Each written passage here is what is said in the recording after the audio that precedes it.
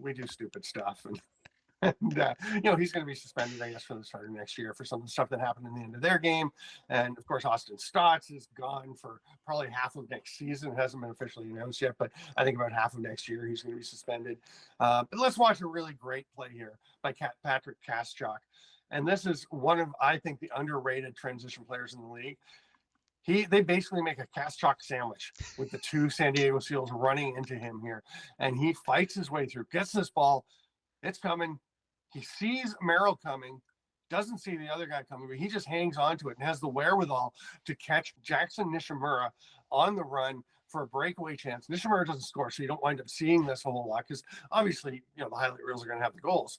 But this is a huge play by Patrick Kaschuk and why he's one of the best transition players in the league that tends to get overlooked a bit. But no, he's fantastic. And all these little things that Albany is doing is how you win games.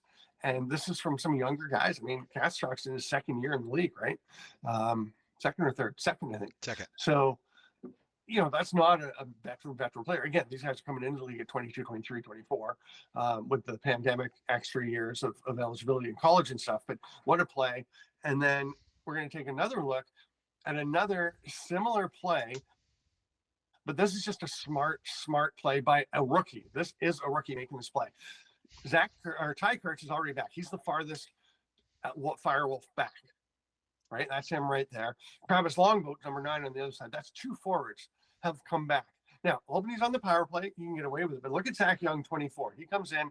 He's like, oh, my goodness. Ty is on Austin Stotts. Now, Wagner's there, number 77, to back him up. But Zach Young has been so good for them. And he comes in and just takes over covering Austin Stotts and lets Kurtz just go and play. That's what you want your forward to do if he's back on D, is just go pick somebody up away from the ball or be up at the top, be ready to take off.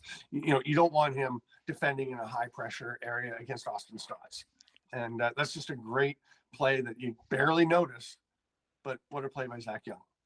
Yeah, and then followed up, that's Travis Longbow on the end of that, making sure that the rebound isn't picked up. And I think that is such a huge part of that Albany team. Yeah. Like you said, they have just such great lacrosse players. Like Alex Simmons will go back on defense. You see, he's one of those guys too, and he's a pretty physical player, so he will intentionally stay back, in the first guy, whether it's close or not, but he will go, and they can all body up. But like you said, to see the defense switching off, the IQ of the Firewolves is what has really impressed me this year with how young they are.